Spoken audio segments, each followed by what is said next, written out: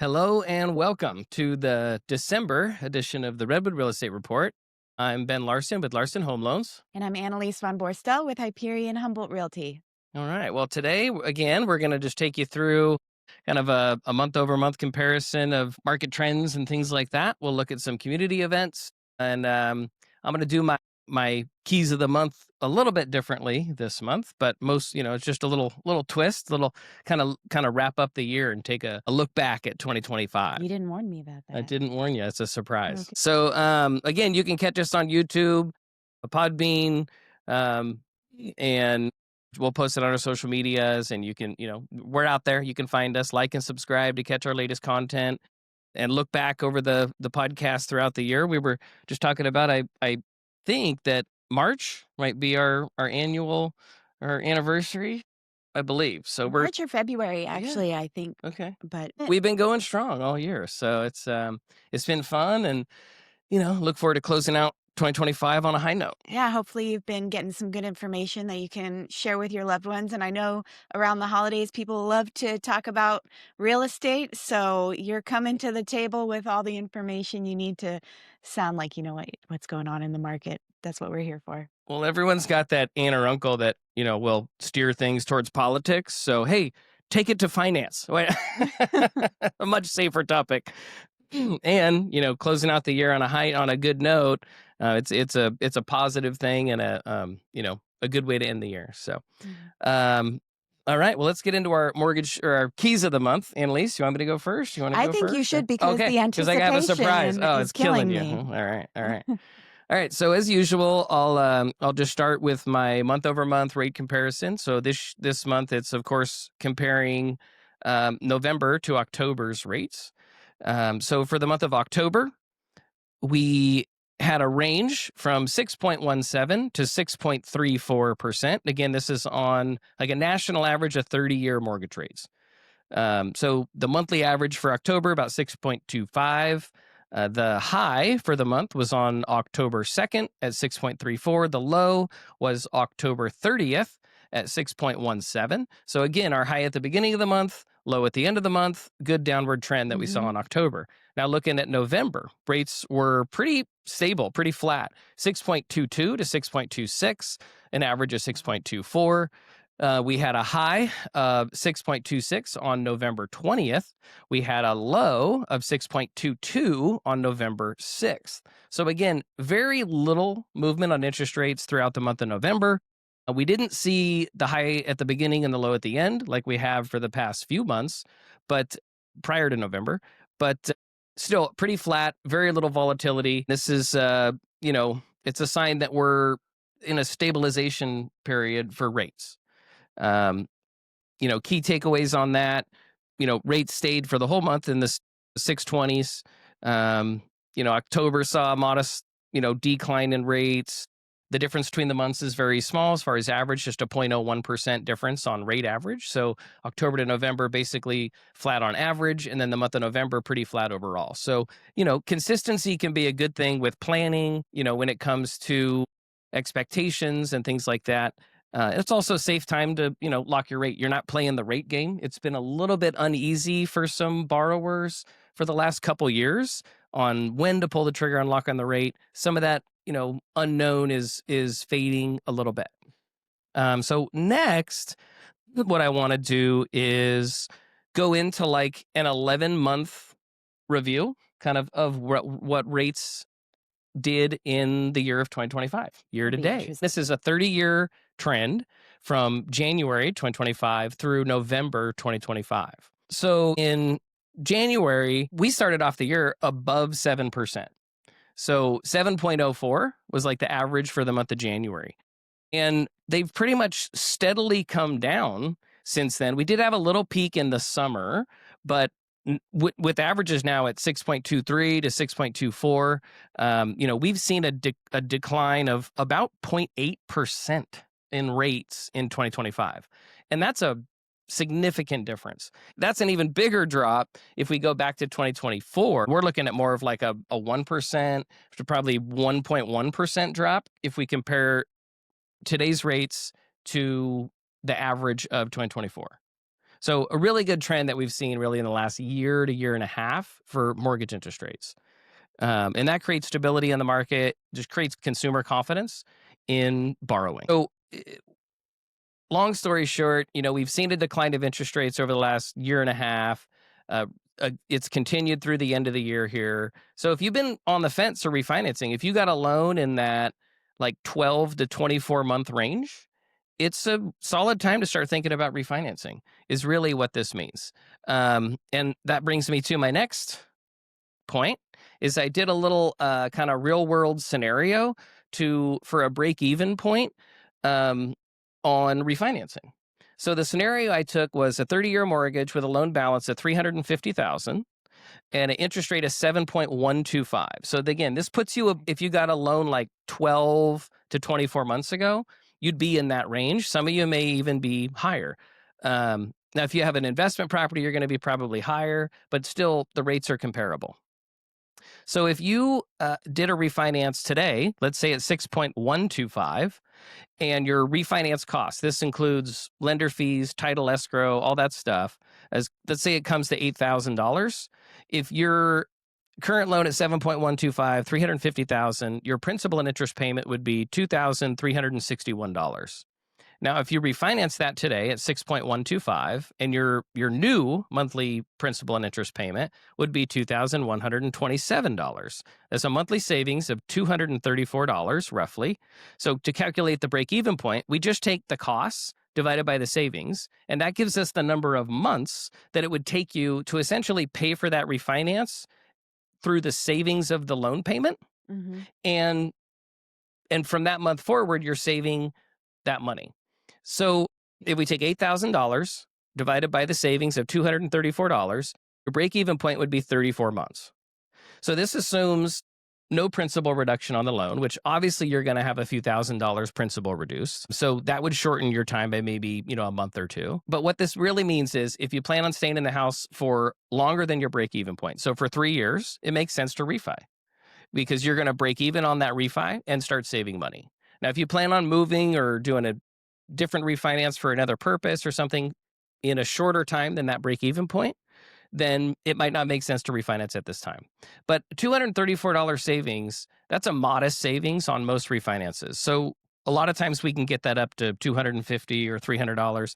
And the more you owe, the more dramatic the savings with an interest rate drop. So if you owe $600,000 and you can only lower the rate 0.75% or 0.5%, it still might be worth refinancing because your savings are going to be bigger depending on the loan amount. So there's my little spiel on refinances and break-even points, and that wraps up my keys of the month. I would say, Ben, that is the point that I take away from that is how important it is to have a trusted professional to consult with throughout your real estate investment strategy.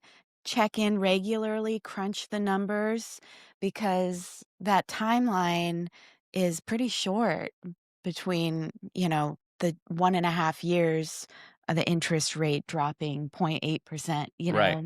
So yeah. Absolutely. And that break-even calculation is a pretty simple calculation most people can do at home. But, having a trusted lender in your corner can just give you maybe the confidence that it's real and also get accurate numbers too. So, Yeah, I had a client that was just trying to get interest rates from his bank, and nobody at the bank could even quote rates to him. right. So, having someone like Ben or your lender who you have on your speed dial to check in with regularly, and hopefully they're checking in with you too, is really valuable in the long run just to stay informed. Real estate is one of the biggest investments most of us are going to make in our lifetime.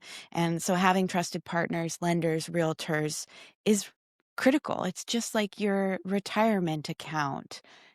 So I appreciate that information every month, and I'm glad I've got you on speed dial too.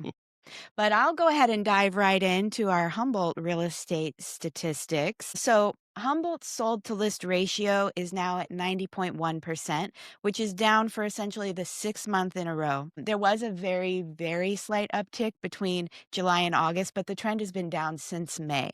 And in May, it hit a yearly high of 95.3%. So sellers can expect below list price offers. Does that mean you should overprice your home? Absolutely not. No.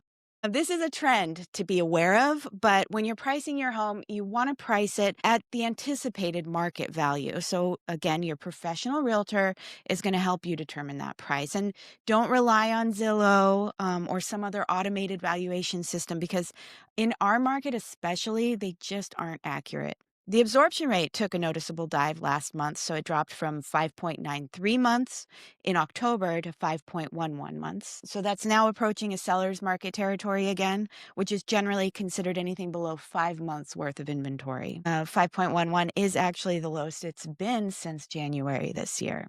Demand may be starting to catch up with supply, possibly because buyers are seeing that sellers have become a little more willing to compromise on their list price. That's what we saw in the sold to list ratio. So now this number has really been standing out to me all year. We've talked about it before, but more so now as we're nearing the end of the year. Homes sold over $1 million in Humboldt. This year so far, that number is 42. Last year, it was 15 at the same time. That's a year over year increase of 180%. We've had about 100 more homes sold this year versus last year. Nearly a third of that difference is coming from homes over $1 million. This is going to be a record-setting year for Humboldt. So even through the green rush, when we saw large cannabis farms selling for incredibly inflated prices, we haven't seen this many residential sales over $1 million ever. But despite that, the year-to-date median sale price in Humboldt is down almost 3% from last year's $435,000 to now $422,500. So how are individual markets looking? Eureka is still a seller's market, and it has been all year based on the absorption rate of 3.31 for November and 3.75 year to date. But that's not nearly as strong as it was compared with last year when it was just 2.95. So median prices are down for the year overall and down from last November nearly 13%. Arcata. If you've dreamed of owning a home in Arcata, this could be the best time to buy. Just because median list prices of new homes coming on the market is the lowest it's been all year. Median sale prices are down 3%, and there's a lot more active inventory in that $300 to $1,000 range, so kind of a comfortable range for first-time home buyers generally. And also, I want to give a nod to the sellers in Arcata for pricing their homes well, because in November, the sold to list ratio was 99.7%. So, A plus. McKinleyville is in high demand with an absorption rate that's been trending down. And it's been trending down since July. It's now at 1.79. Whoa. So sold to list ratio is at 91.2%. So buyers, don't be afraid to make a below list offer, even though the absorption rate makes supply and demand really strong. So don't overprice your home if you are selling in McKinleyville as well, because you're going to be far more competitive compared with those homes, the 9.8% of overpriced. Of the four major Humboldt markets, Fortuna is the only one with a year-to-date median sold price above last year's.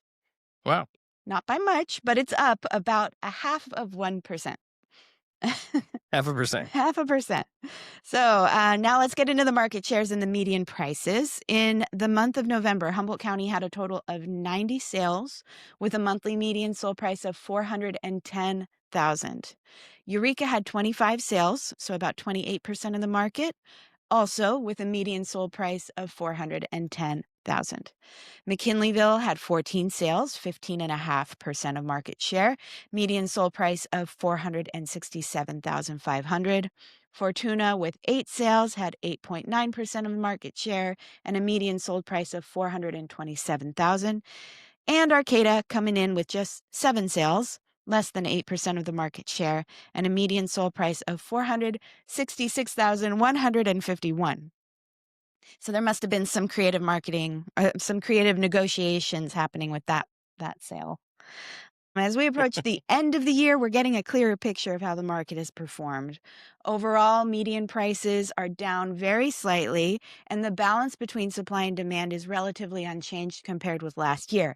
But the market for high-end homes is stronger than ever. Yeah, that's really interesting about the $1 million plus properties. We saw that trend starting in the beginning of the year. I think it was, we were in the and the previous year at that time was in the low single digits or mid single digits.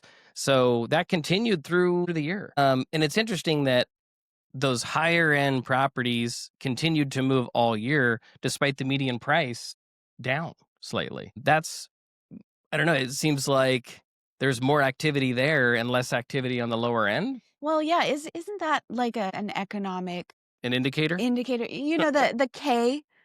You know, the K graph? You've heard of this? Yes. Yeah, so I think that's what we're seeing here in Humboldt It's interesting. anyways. You know, when we get into the new year, into 2026, we'll do a review of 2025, and we'll talk more about California market, national Yeah. market. Definitely prefer to focus on Humboldt's market in the Redwood Real Estate Report because real estate really is localized. So whatever's happening in the nation may not be what you're experiencing here locally in the Humboldt market. Yeah, we're such a unique micro market, behind the Redwood curtain. We have a lot of, and being coastal California, but we're not what a lot of people think of when they think of coastal California.